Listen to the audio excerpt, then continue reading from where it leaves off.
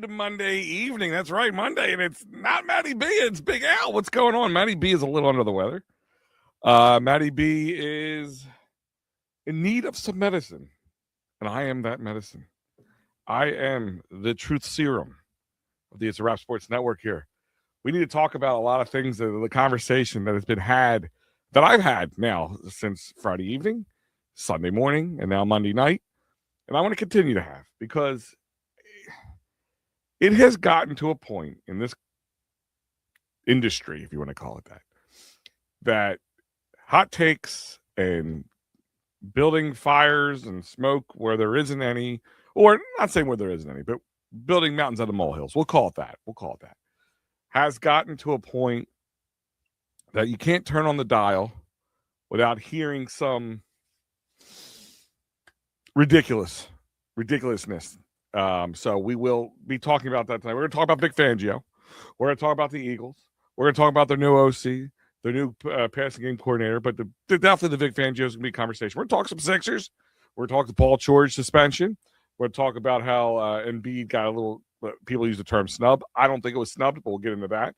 The Flyers continue to not fly, sink. They're the sinkers. Maybe even the stinkers, if you want to call it that. And baseball is right around the corner, which excites me, but there's caveats. We're going to get into that, and I'm trying to dull my expectations for baseball. At the same time, I can't help myself with just this warm feeling that I get once I start seeing baseball, Phillies baseball on the TV. I know I'm not the only one, and we're going to talk about that, talk about expectations. Is there expectations? Where are they? Where do you rank like the four Philly sports teams, of like how far away they are now with all the ongoings and the BS that's being spewed about the teams, especially the Eagles with Joe and Hurts and the new OCs and what to expect. And maybe that's our problem. Maybe expectations are the problem, but we are, as fans, supposed to have expectations. As rightfully so. The money that's spent, the time that's spent, the conversations that are had, expectations are supposed to happen. They're supposed to be had. So I'm not saying they're wrong to have, but maybe just it's our expectations that drive the drama force known as the Philly sports media. Because that's what it is. I mean, it's drama. And in this world, this day and age, everybody loves drama. Let's just call it for what it's worth. And again, it's drama that isn't, as long as you're not involved, you from the outside looking in, the world loves drama, right? And that's what it has become. And it really has me second guessing some people that in this industry that I grew up listening to, that I watch now and I listen to now and I follow now on social media. It makes me wonder credibility a little bit. We will be talking a little bit about credibility as well. And rather being right, or rather have a hot take than look at the whole story and be right, because it's not dramatic enough. It's not full of tension and drama. Listen, why wouldn't people love that? Look at the movies we watch, the Netflix series, the Hulu series, the HBO Max series, all those series that people watch are just full of drama.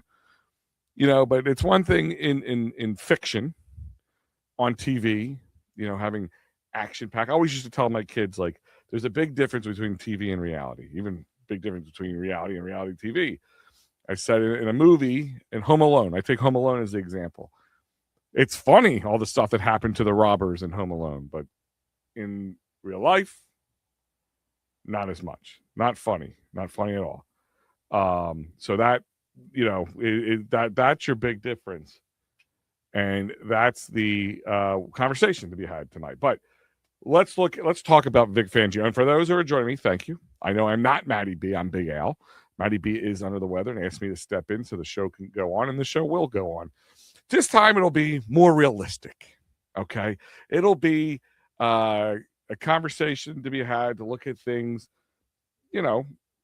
as Matty says, I like to try to draw things down the middle, but at the same time, he'll tell you, I'm a homer, or I have Homer-esque qualities, or whatever it is you want to say.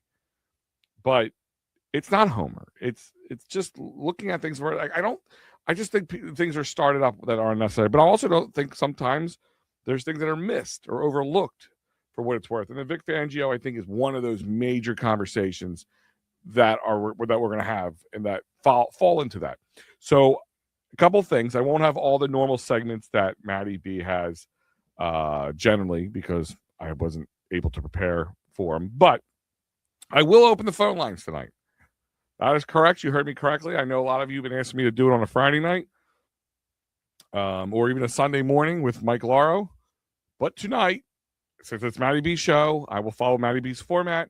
And at one point, once we start getting the comments flowing through here, I am going to open up the phone lines. And what I mean by the phone lines, I'll put a link. I'll let you pop it on the bottom. I have my rules. I will put up just your audio if you want to. You don't have to have your face up on here. So if you're like, just don't turn your camera on. I will just put the audio up, and then we will talk, and you just see me, and I'll hear you. And we will do that at one point. So once everybody starts joining in, I will start. I will open up the phone lines. But let's talk about Vic Fangio. So, as everybody knows, he in 2 years, Vic Fangio has been very successful with the Philadelphia Eagles. First year, he was a consultant in 2022, if you want to count that.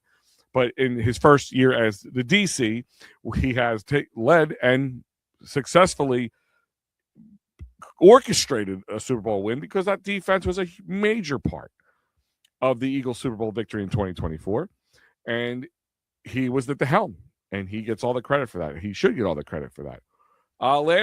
This last season, despite the ups and downs of this team, the defense was pretty stalwart and has pretty much kept that team from probably losing more games than they could have.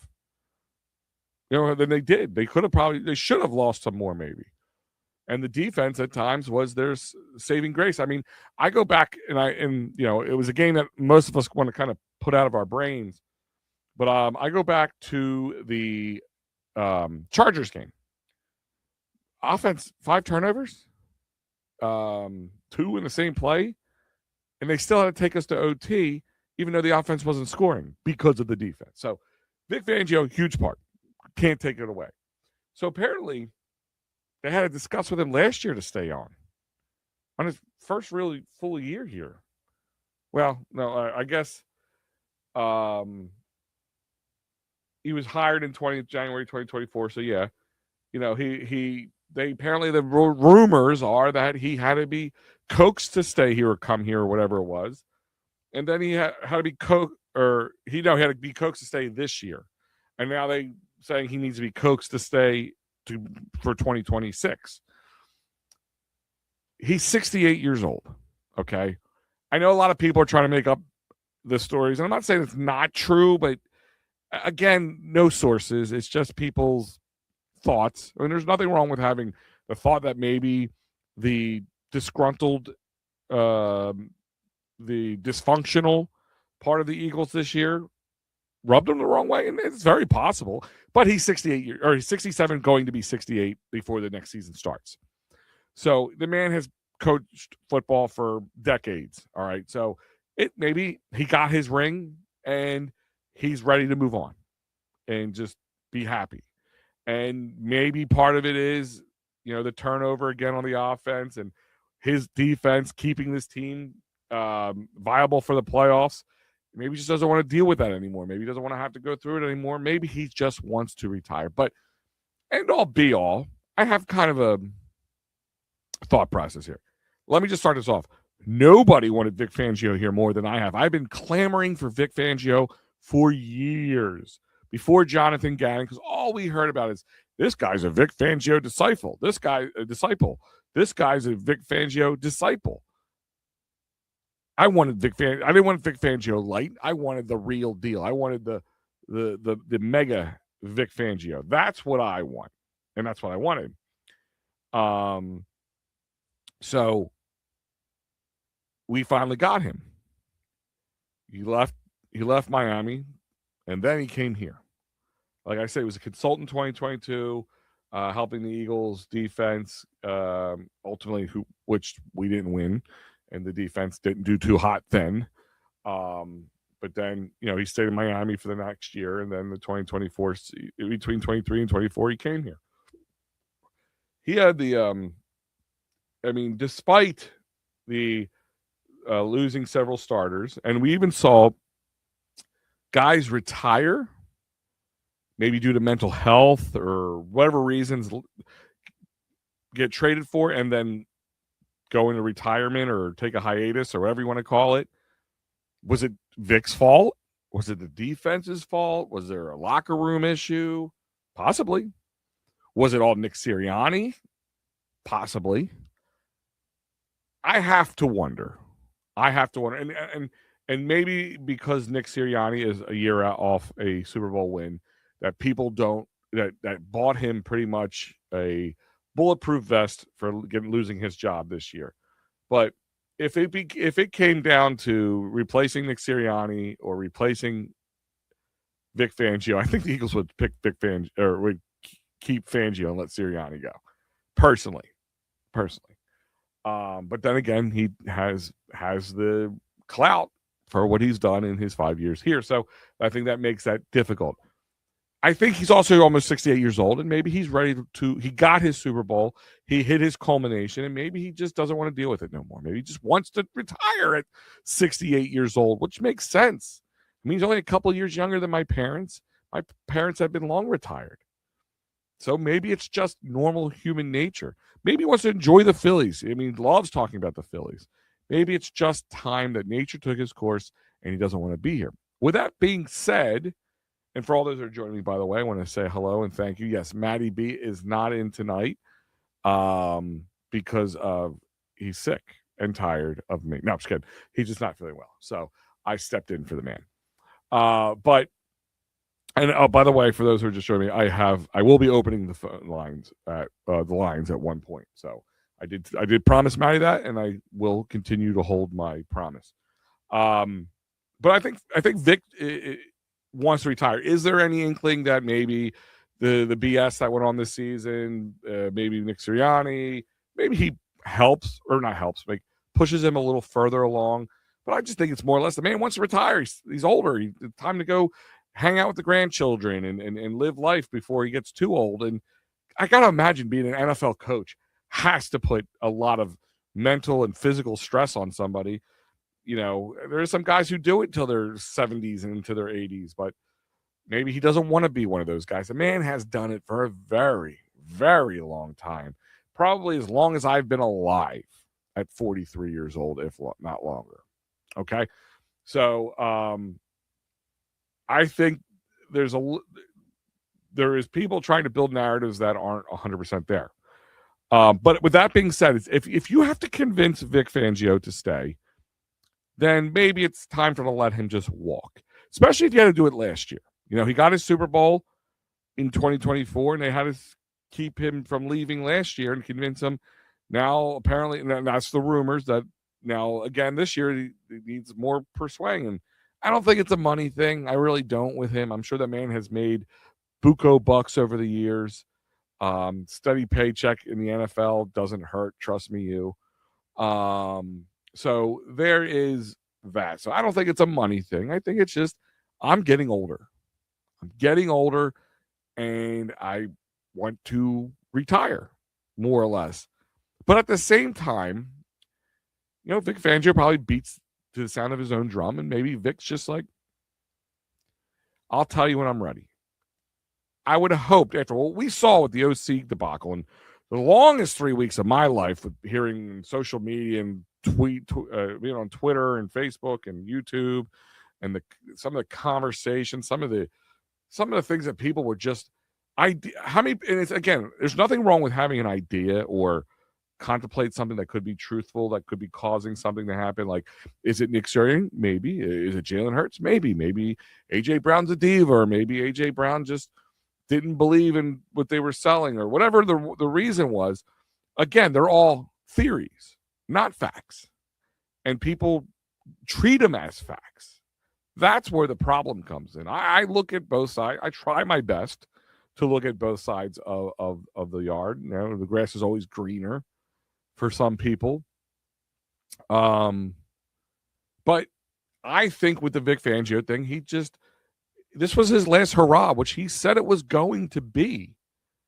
one way or the other. And he got his, I want to say, almost, I guess, instant success. The thing that has eluded Vic Fangio. He's got a Super Bowl championship. He's been in HC. He's been DC multiple years. I mean, many people's defenses, many of the DCs out there today have been disciples of Vic Fangio. So maybe, it's time. It's time for me to just enjoy the rest of my life without having to worry about coaching guys and dealing with the press and dealing with the rigors of coaching in the NFL, especially from a DC coordinator standpoint. I would have thought it would be nice if he kind of see. This is my thing. I guess it would be nice if, like, listen, guys, just be prepared to replace me no matter what happens at the end of this season. Like if he said that the beginning of last season, and maybe it's on Howie and them for not being prepared, because if you had to do it last year, you would have to imagine you would have to do it again this year, right?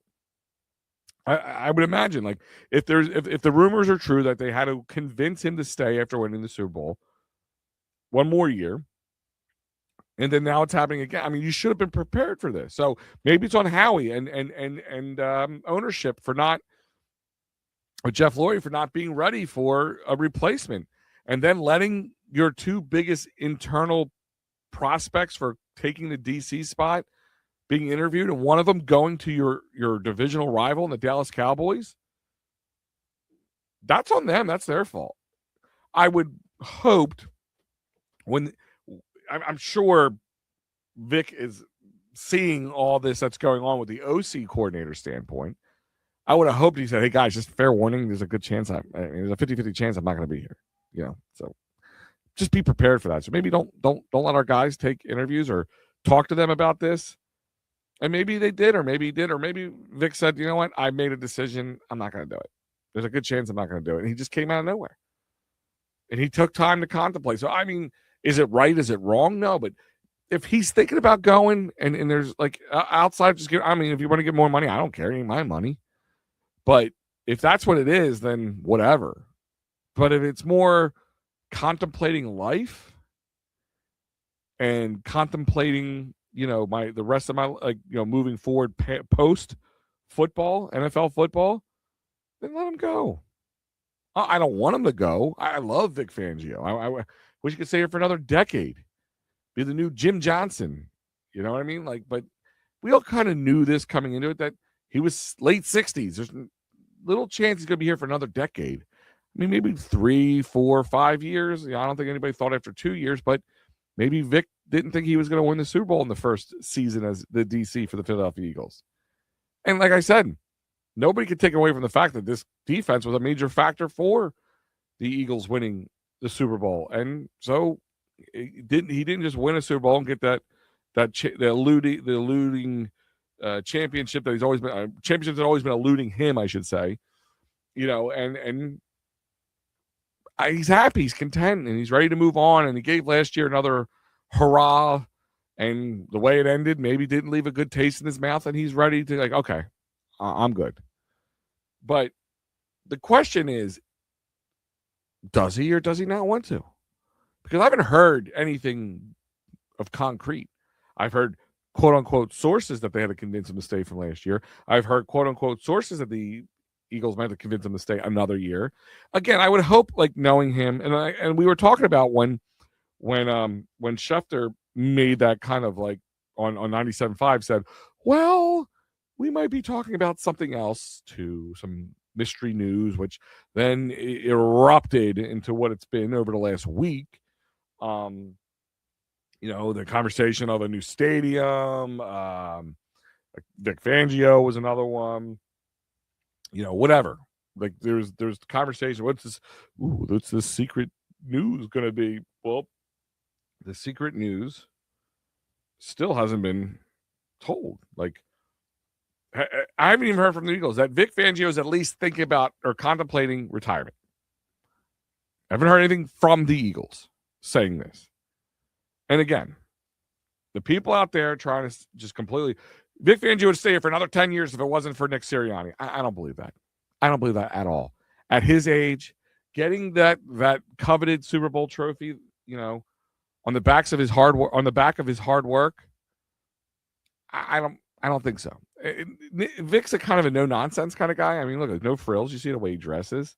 He's just a no frills guy. He's that man's man coach. Like everybody knows that we all been coached by throughout the years.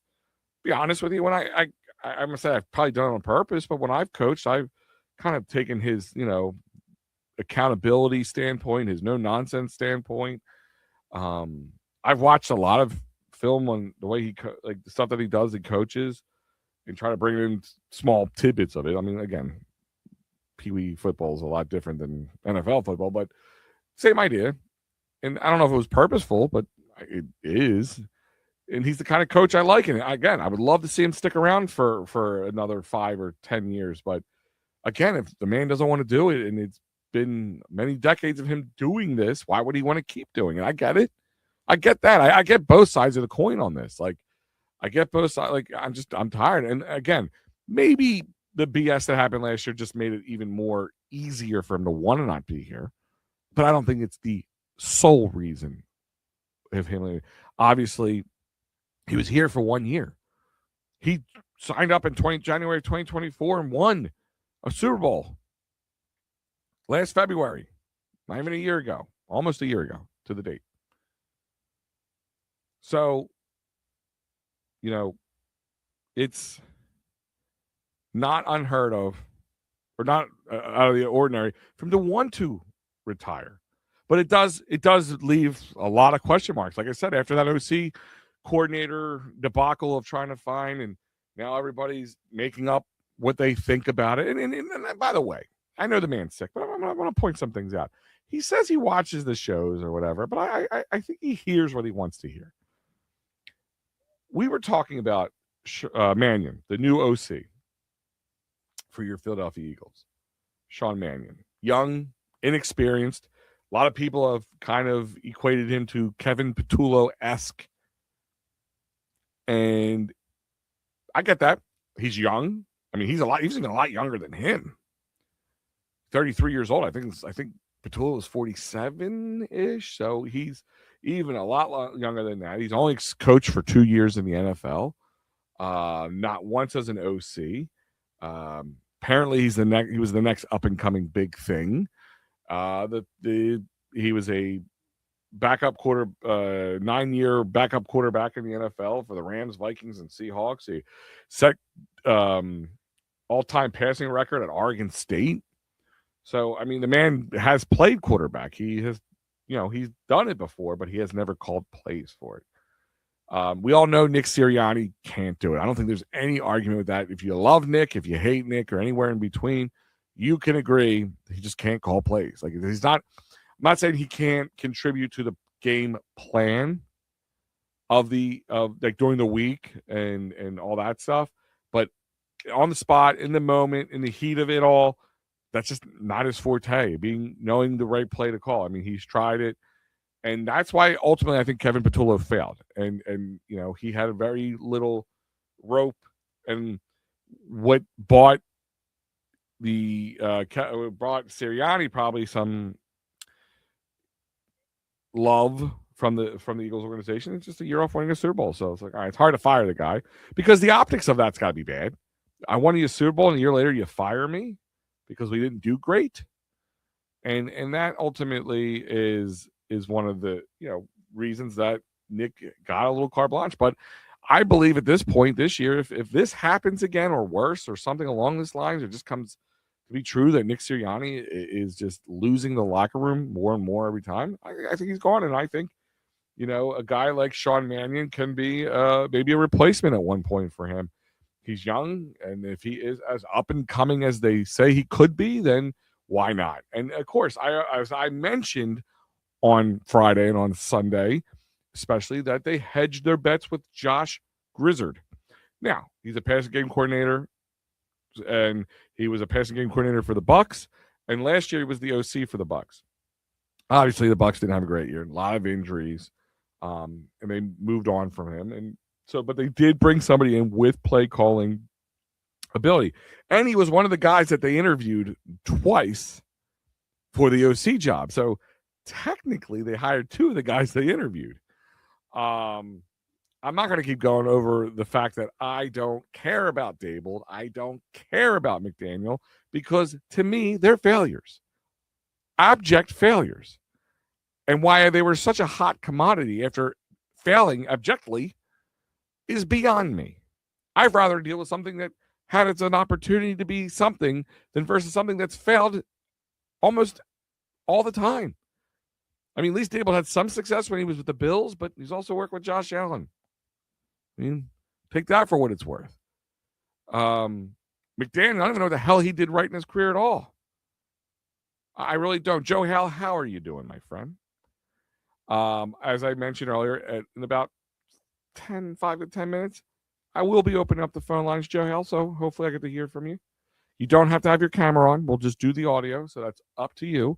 And any other listeners out there who want to chime in, bring in their points of this conversation, I'm giving Sean Mannion a chance. Same thing I said about Kevin Patullo. For those who just said it was the same thing. Okay, well, for the same reason, I am doing the same thing with Sean Mannion as I am doing with Kevin Patullo. I'm going to wait and see. I'm going to wait and see what he had. This is exactly, if you go back to the tapes from last year, when I was on shows, when I talked to Matty and I said to him, I don't know what to think about Kevin Patullo. They came off a Super Bowl win. They hired from within real quickly. A lot of the OC coordinators were probably, swooped up and they didn't know, what to do at that point. And maybe a little hubris from winning the Super Bowl. Like, no, but just let Patullo get his chance. He'll figure it out. Jalen's really that good, and the offense is super powerful. How hard can the job be when you're that good? Well, I guess he found out the hard way. And also, just it's, and I get, coming here can be very dangerous from a job standpoint because if you don't have some success quickly, you're going to not be here very long. And it shows that. And that's from the Eagles organization. That is the stance they took. Now you take a look at Pittsburgh, who keeps their HCs around for a decade at a time.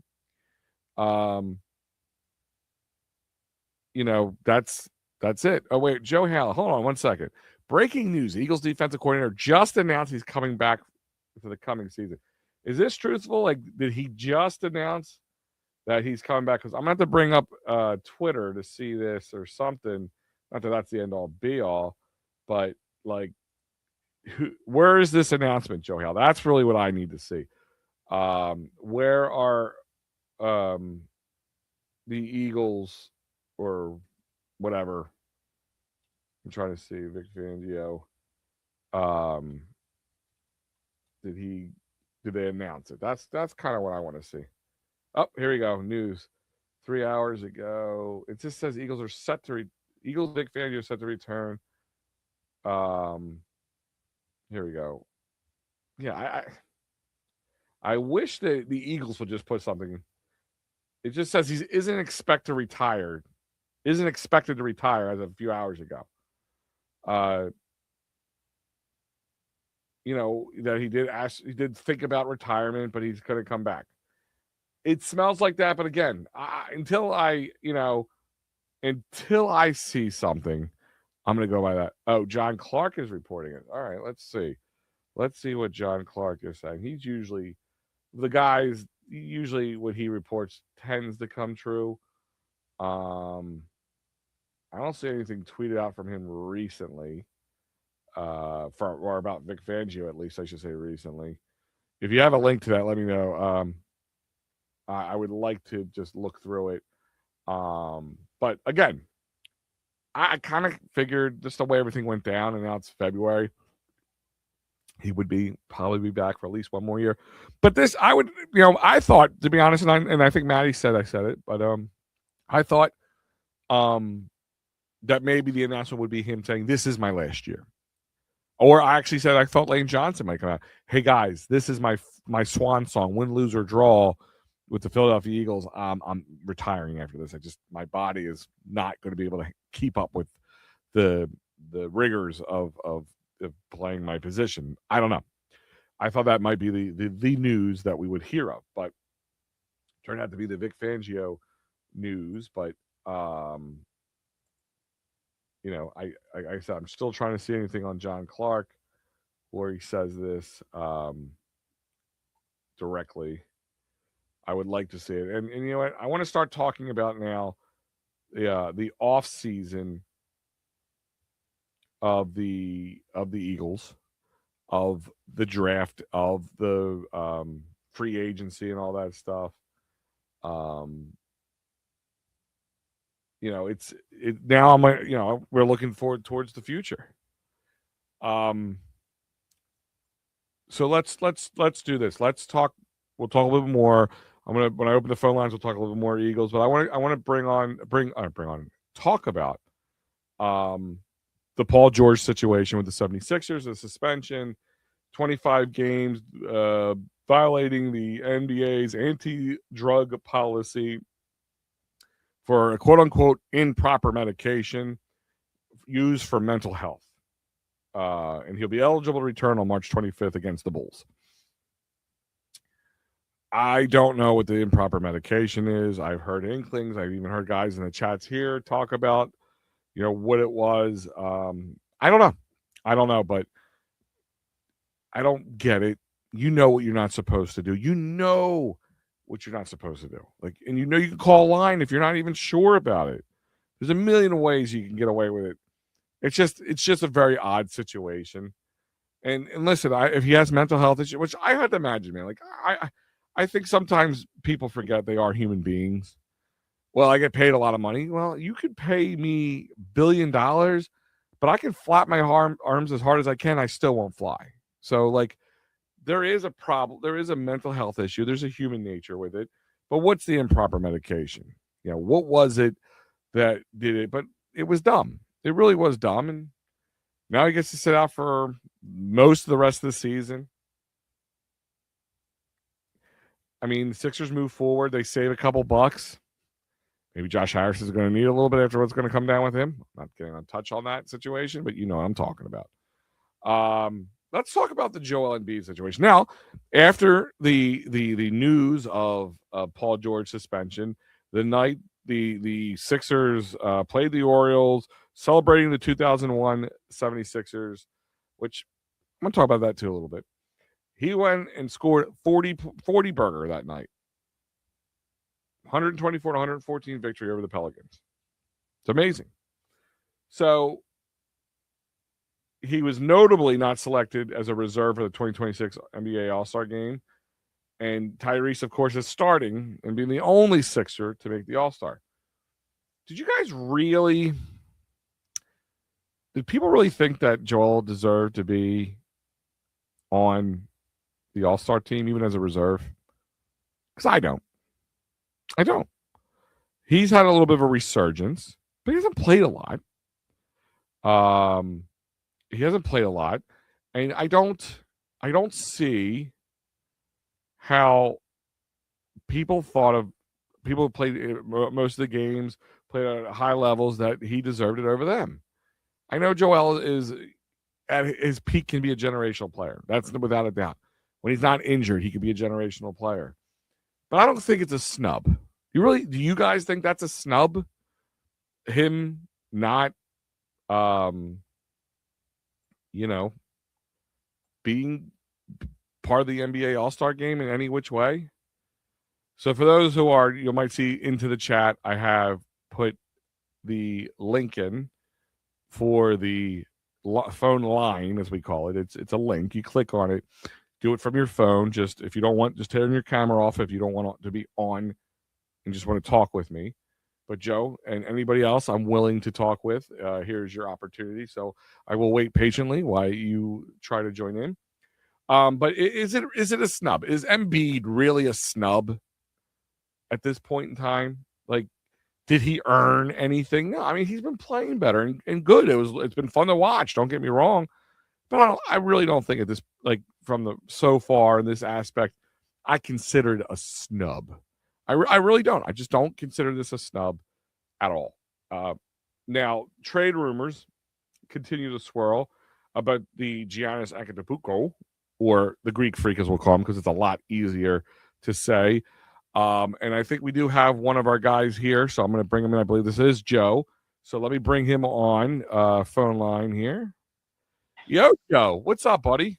How are you? Great. It's Monday afternoon or Monday evening. 6 feet above ground, and we're talking Philly sports. So I don't know what more I could ask for. And Joe, you're here with me. So Joe Hal, you've seen him in the chat. Now you get to see him next to me. Joe, what do you want to talk about, bud? I want to talk about Joel Embiid and the 76ers. Well, breaking news. James Harden is out tonight for the Clippers, Mm-hmm. and Steph Curry's out tomorrow. What a coincidence. You think it's coincidence that he's coming to play here or he's playing the Sixers and Harden doesn't want to play? Yes. Listen, the one thing about the NBA that I think if the NBA ever falters, ever falls apart, ever, whatever, which, I mean, it'd be really big if that happens. But we all know that the NBA has struggled from a viewership standpoint over the last few years. It has slowly declined. That has to be the absolute number one. I mean, what a crapshoot. They want you to spend a bunch of money to go to a game to watch players. You go there. Listen, when the Sixers stank, when they were literally tanking, the only reason people went to the game is, well, two reasons. A, tickets were cheaper at that moment in time. To see the bum Ben. What was that? To see the bum Ben Simmons also.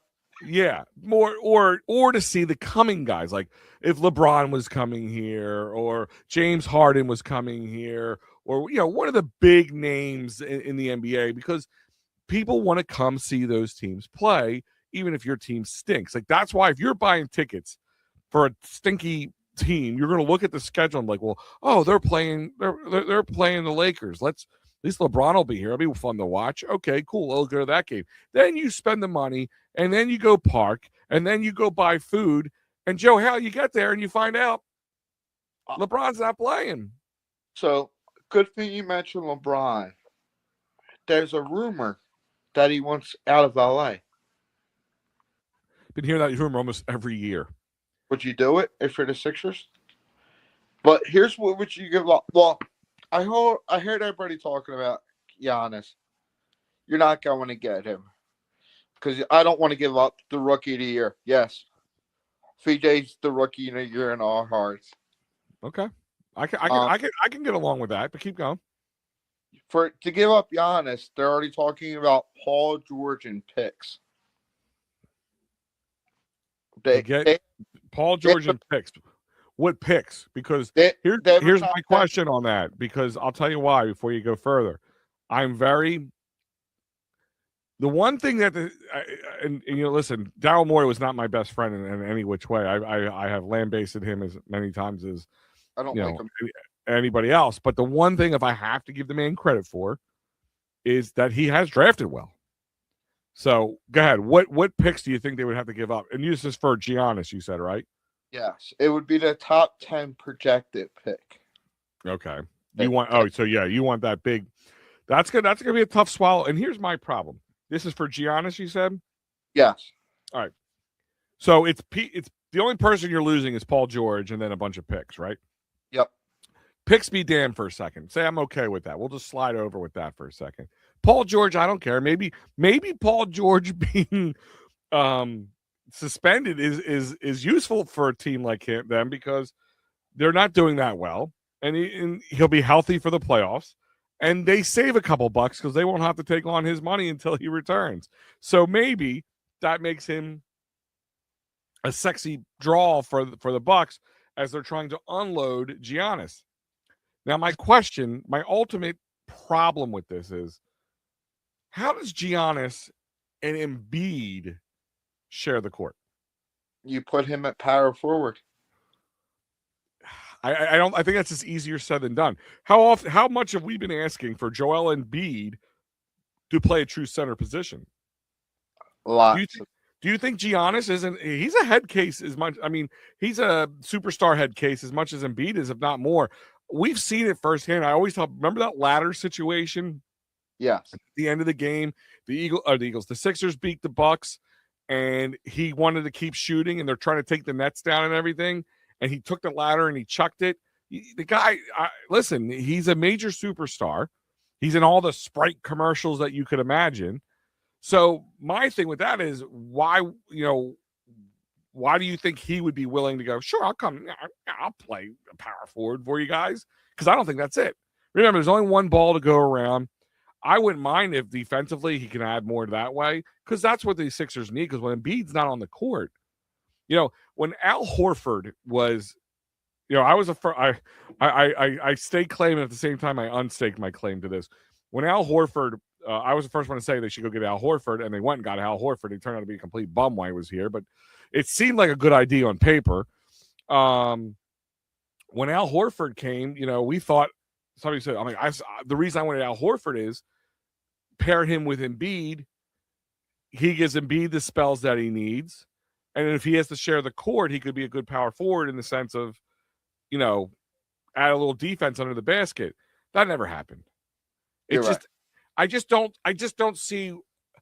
I would rather see them trade Embiid for Giannis, which I don't think will happen because nobody wants to take on Embiid's arbitrage of a contract, personally. Or I could see the Sixers going after smaller moves too. I'm going to give you one. Bobby Portis is out there. Okay. He's a bench. And Drew Holiday could be a Sixer. I'm okay with Drew Holiday coming back. I wouldn't hate it.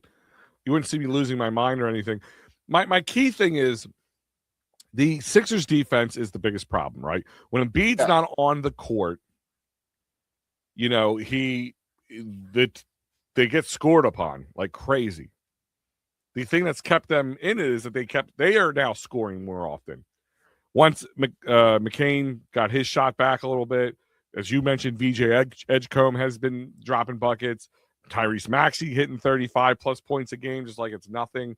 The emergence of the Tyrese Maxey, as I refer to him as, that's not been the issue. The issue is the defense. And if Joel gets hurt, or if Joel is on his day off, it becomes a crapshoot in the win-loss category. So that means what happens when the actual playoffs start. You have to. I want to see a center. I want to see defense. That's why 3-and-D maybe, but I want to see a center take over at this point. I agree with one thing I can agree with you on, Joe, is that I don't think you're going to be a big move. I think this whole Giannis thing is a smokescreen. I think if anything, Giannis is using it to get himself out of there, maybe get other teams interested, try to drive up the need and the want of the Greek freak. It always seems like Philly's in the conversation with things, even if it seems. I mean, Philadelphia, and I talked about this earlier before the show started. I don't know if you were listening at that point, but Philadelphia always seems to be in the mix of stuff because in national media and other medias that are not Philadelphia, because of they know if you mention Philly, like I think of if the GMs know they mention Philly, if the media members know they mentioned Philly, if all these guys that they mentioned Philly, it's going to drive news. The news is, this guy's connected. Every free agent for the Major League Baseball has been connected to the Phillies. Yet none of them have come to fruition. So would you do a 4-team deal? Say like the Sixers get the back end of a player. Literally just the back end. We're just gonna get the ass of the player. Like give me a type of player. It doesn't have to be a player. Like, are you saying like a guy who's on the back end of his contract? Yes. Like a guy that more of a bench role player, or Dalton Connect from the Lakers type guy. Okay, I see. That's probably more realistic, Joe. I'll be honest with you. That is probably the more realistic situation. Maybe not 4-team trade or whatever, but a more bench guy. Remember, with the suspension of Paul George, they're still $1.5 million over the luxury tax. They're probably going to cut somebody to get themselves underneath. That's why the Giannis thing just makes zero sense to me. So I think the Sixers either stand pat or they make very small moves or unload some guys they're not using. That's about it. Out Thursday at 3:00. Thursday at 3:00. Listen, man, there's a lot going on right now. I mean, between now the Vic Fangio stuff. Now, you're the one who mentioned that John Clark was saying that he is guaranteed coming back. Where did you see? Was that Twitter, Facebook? He was on 94 this morning. He called in to WIP and he said it on WIP. Yet WIP all this morning talked about him not here. John Ritchie was talking about it also. Okay. All right. Well, at this point in time, this news, like, this is the one time that, I mean, unless Adam Schefter comes out or the Eagles themselves come out, I'm going to wait until then because, and again, let me, since we're talking, I'll give you a few more moments if you don't have to run. Vic Fangio, what was your thoughts behind the Vic Fangio? Like, does he want to leave because he's just getting older and wants to retire? Or do you think there's more to the story that people are putting out there? Getting old and wants to retire because he's from PA. He is from PA. We all know he's a big Phillies fan, and that's where I'm going with it. The narrative that it's there's so much turmoil in the Eagles facility or locker room or wherever you want to say that he doesn't want to be there. First part, Vic Fangio is he's not a newbie to causing disruptions in the locker room, right? Right. That's why the Dolphins players didn't want to work with him when he was in Miami. You know what I mean? When he was a coach in Denver, he was known for like tossing tables and stuff like that. So I don't think that's the problem. Now, if maybe there is some turmoil, I'm not saying there's not, but maybe if there is a little turmoil and he's on the edge, maybe that's just like, all right, you know what? I'll be 68 years old. I don't want to deal with this no more. I got my Super Bowl. And I think that's what happened. I really do. I think he got his Super Bowl. He got that instant gratification, that quick success the year he became the DC for the Philadelphia Eagles. And again, I don't think anybody's going to disagree, Joe, and maybe I'm wrong, but I don't think anybody disagrees that defense was a major reason of the success of the entire year all the way through and including the Super Bowl. That wasn't just a Super Bowl win, but that was like his Super Bowl win. Yes. If you want to put it there. So he got what he wanted. They had to convince him, apparently, according to reports, convince him to stay last year. And then they have to convince him to stay this year. But I think what should happen is if he does stay, which it smells like it's leaning to, it would be nice if he just says, this is my last year no matter what. Just tell everybody. Try to get they had a good defensive backs coach that I wanted him to be the next defensive coordinator, but the Cowboys stole him. Oh, yes. Yes. I mean, that's the other thing. Like, that was the thing that kind of like, I'm wondering, Joe, and this is kind of this is me thinking. There's no fact here. I'm wondering if the conversation was had and already convinced him to stay, like way before we're even talking about it. And the news broke out that Vic Fangio was contemplating leaving. And they, that came out and he already said, I'm going to stay before we even knew about it. But somebody took it and ran with it and sold it to the major media markets and Schefter, obviously. Yeah. And then that was it. And then maybe they were going to announce that, I decided to stay and I will stay at least this next year and we'll go from there. I have a feeling that this is his last year no matter what at this point. And listen, when he came here, I figured 3 years, maybe upwards of 5 at most. But at his age, I mean, again, the man's been doing it for decades upon decades. I can't imagine him, like, he's got to want to, like, retire and be with the grandkids and enjoy life before this. I mean, listen, I coach just peewee, like, and it can suck the life out of me sometimes. I couldn't imagine doing it for a living for the NFL and for the city of Philadelphia, what it has to do to you physically and mentally. Okay. Anything else, Joe, before I let you go? Nope. Joe, it's a pleasure as always. And like I told you, I will be opening up the phone lines on the Friday night shows coming soon. And I told Matty, it's because of guys like you. I'm really being very honest because you guys, I can trust you. And I never got a chance to tell my story. And I will tell the story tonight. I promise. I know I promised. You have to do Ricky. Ricky's awesome.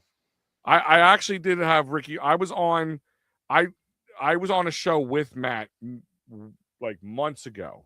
Yes. And Ricky joined in when I was on with him. So it was like kind of a three-way call, if you want to call it that. Yeah.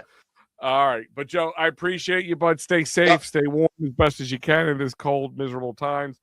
And other than that, go Birds. Let's Go hope to ring the Birds. bell. By the time Friday comes around, we're going to be that much closer to pitchers and catchers and so much more. I know you're a big Phillies fan as well. I'm So I'll gonna be talking to you then, go buddy. Wednesday. What was that? I'm actually going to see the truck leave Wednesday morning. Are you going to go down to see the truck? Yeah. Dude, I used to do that all the time as a kid, man. I loved doing that. Baseball's a thing for me, man. Wait I for love it. football and baseball, man. I can't get enough of it. Is doing a meet and greet right where they pull out. So Oh, really? yes. Oh, that's cool. Take some pictures, send them to us. I'll post them up for you, all right? Yes. All right, bud. Take it easy. I'll see you later. Yep. See you. It's the great Joe Hale, everybody. I will leave the link in the chat for a while if anybody else wants to join. A little bit longer here, not too much longer, but a little bit longer. So as I was talking, we talked about Vic Fangio. We talked about Joel Embiid, how I think it's not really a snub. You know, I think that feels more like a snub to Philly itself than actual reality, to be honest with you. It's just my feelings on it. I think the Giannis thing just does not happen. I think on the radar, the Sixers are on the radar for Giannis. I don't see it happening. I can't, and I don't want it to happen, to be honest with you.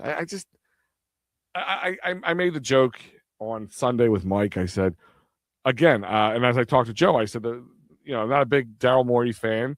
I had a lot of criticism with his tenure here.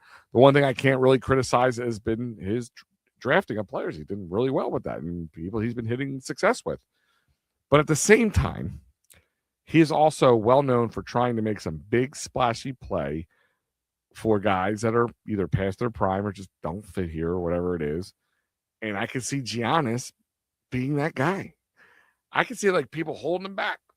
Just kind of like lassoed, like cattle, trying to pull him back. A bucking bronco of sorts, trying to hold his butt back and say, no, you're not making that call, Mr. Morey, no way. But time will tell. So let's talk about Phillies. I don't know what to talk about the Phillies. People feel that them not making moves for guys like Eugenio Suarez and Luis Ariz, kind of like the final nail in the coffin, or it just kind of blows any chances this team has for this 2026 season. And maybe they're right. I can't say they're wrong. But how do you feel as Phillies fans about the Phillies' chances in the 2026 season? Do you think they same, like they do well during the regular season and get into the playoffs, and then it's as cold as it is outside with their bats? Do you think they don't even make it to the playoffs? Do you think they kind of fall apart? I really don't know how to feel about the Phillies this year. And am I taking the stance of just wait and see and watch it play out and enjoy the wins and don't get caught up in the losses or whatever? Like, is this a transitional year for the Phillies? As they transition away from the Nick Castellanos, they transition away and let Bohm get his last year in as a Philly and start to look towards the future of the Aiden Millers, and Crawford gets his feet wet and Andrew Painter gets his feet wet. And they look towards the youth for an injection of energy, which I wouldn't be against. But does the timetable hurt the Phillies? Does the timetable hurt Bryce Harper in the Phillies and Kyle Schwarber getting older and Trey Turner? Zach Wheeler, looks at devil's advocate, comes back and he's good, as good as he always is after he's able to heal up and move forward. Is that kind of burning the time frame with them just quote unquote being content and running it back? And then we hear, the Dodgers thought they were lucky to get past the Phillies. Joe's saying he thinks the Phillies are going to be a wild card team. I think so too. That's what I think. Wild card team. It's kind of what I feel. The Mets, until I see them do something, they don't scare me. They went and got Juan Soto and didn't do much with it, but then they went and got really good players pitching as well as hitting and defense. I mean, I can't say that the Mets haven't tried anything, but the Mets are trying to buy a team, and maybe they're trying to do what the Dodgers did, buy their way to championships. Well, Dodgers made it happen. It says the Mets can, and Cohen's got deep pockets. But the Mets will Met. And I'm not trying to be like a fan. That's why I'm not getting like, oh, here we go. They got Bo Bichette. We're screwed. But they have a lot of money tied up in this team. But Bo Bichette's only tied up for a couple of years, really, to be honest with you. They don't. It's $36 million a year. Don't get me wrong. It's $70 million for 2 years. That's a big chunk of money. But it's going to become a tough team. We'll see how the Braves bounce back.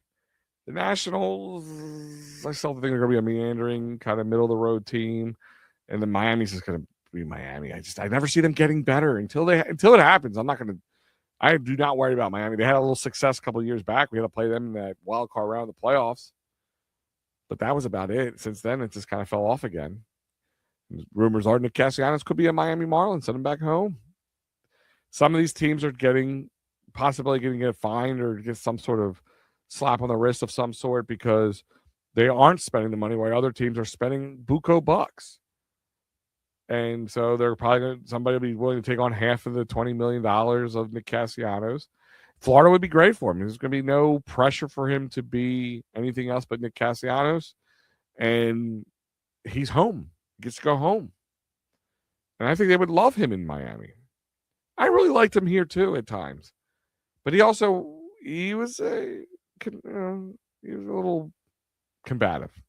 He was a little set in his ways and doesn't want to do anything. And whatever occurred in Miami, whatever he said that really pushed Hopper over the edge, and the Phillies as an organization, they're just done with him. And you can't bring him to spring training. And you're sitting there he's campaigning to get the hell out of here. We're campaigning to get him the hell out of here, and nobody's stepping up. I mean, he's probably going to get DFA'd at this point. I mean, who's going to want to take on $10 million unless you just want to take somebody on and you don't want to lose the chance of getting him? I don't know. And I think Bohm fits that mold too. I think Bohm gets in his feels as much as Castellanos does. Speaking of Harper, he's already in Florida. He's getting ready for Team USA Baseball. And I love the World Baseball Classic. Love, but not with my players. And I don't want to see it, man. I mean, we saw it with Trey. Nola, I already made my points about Nola. He's going to play for Team Italy. He's going to get smoked anyway.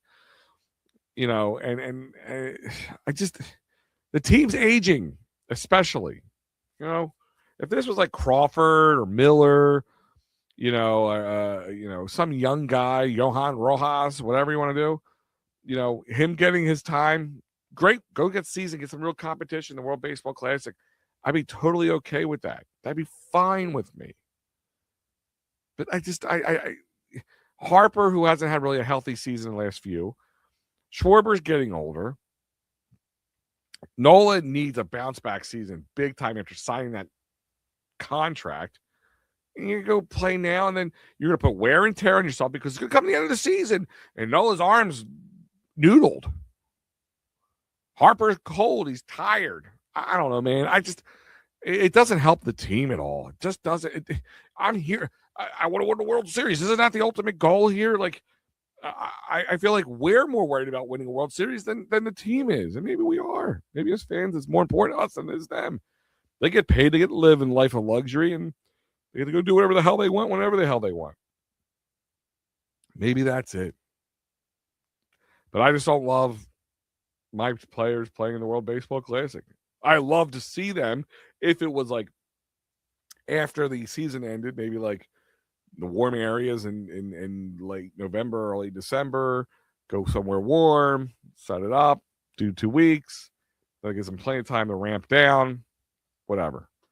I can't get behind it. I really can't, especially when this team has struggled to get over the hump. And we've seen this team get cold. We've seen guys' arms go flaccid. And we don't think an extra 2 weeks of competitive baseball before the season starts is not going to put wear and tear on a team or on a player. And then this team's supposed to be in spring training, getting gelled and juiced up and all that stuff, and they're not. You're going to miss it. So I mean, I don't know. I'm not a big fan. Just not a big fan of it at all. And the Flyers. What can I say that we haven't said yet about the Flyers? For their struggles are bad. I mean, it's tough. 4th straight loss in their overtime defeat against the Kings. Couturier recently stated, quote, needs to be better as a team that has lost 11 of their last 13. And it's been said on this network, and I agree with MattyB, the rebuild has been a retool, and they needed to rebuild. I was hoping, I mean, I just never understood when you're tearing it down what you're going to do, keeping a Couturier around, you're keeping Konechny around when you could sell them. I know a lot of people have been upset about the Michkov situation, which they should be. I mean, and maybe this is where there is smoke, maybe there's fire. That the, Cutter Gauthier situation, maybe it wasn't Cutter. Maybe Cutter was a smart one to get out. Or maybe he was just a douche and he saw the writing on the wall and and he just didn't care and got his way out. Either way, there's a reason behind it. And, maybe it was Torts or maybe the coaching or maybe there was the management. I don't know. We'll find out for some 30 to 30 when Cutter's far retired. But until then, we'll have to wait. But the Michkov thing, I don't know. Did they rush him in here? Did he not have time to allocate himself to Philadelphia, to United States of America? He came from Russia, which maybe it's a mental thing with him. Maybe not so much homesickness, but just, maybe he just feels displaced and it mentally took a toll on him. And that's why he didn't really stay in shape or didn't really do too much workouts in the off season, because he just felt like he was displaced and doesn't know where to be. And I wonder if there's just that mental aspect of it. That's why when people go, oh, should we sell him now and get rid of him while he's worth something? No. I think if you can talk with him and get him situated for next season. But I want to see Flyers hockey, playoff hockey. I need to see Flyers playoff hockey. But they don't have a goalie. Their defense is questionable.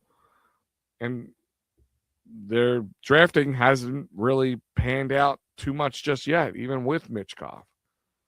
But it sucks because they kind of started, and if you're not in the top 3 in the Metro, then you're not making it. The Atlantic Division is just stacked. So if you're not the top 3 and the way they're losing, I'd be surprised if they can make top 3. I think there's 7 spots out of the top 3. I think something like that I heard. So it's not impossible, but they would have to go on some sort of tear. Now, the Olympic break couldn't come any faster in my eyes for this team. They just need to clear their brains, separate from the team for a couple days. And I know some guys are going to go play for their countries and stuff like that. Maybe that home cooking will do them good. I don't know. But with that being said, is this the direction of this team is starting to look, we were being very patient, almost process-esque patient. Let it happen. But I now I'm getting impatient.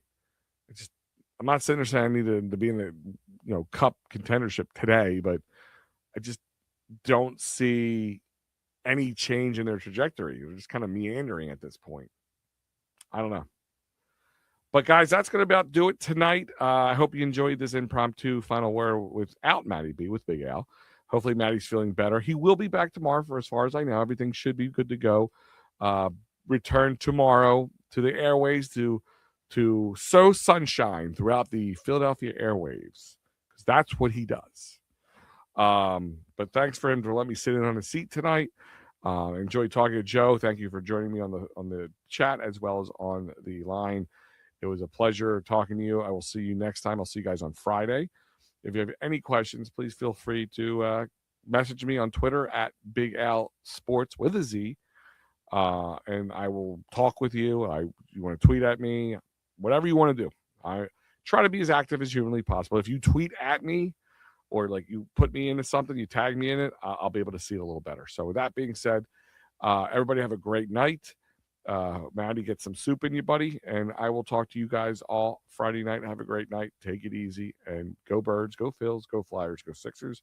I know they play it. They're just starting now, so the Sixers are starting now. Go enjoy the game, and I'll see you all next time.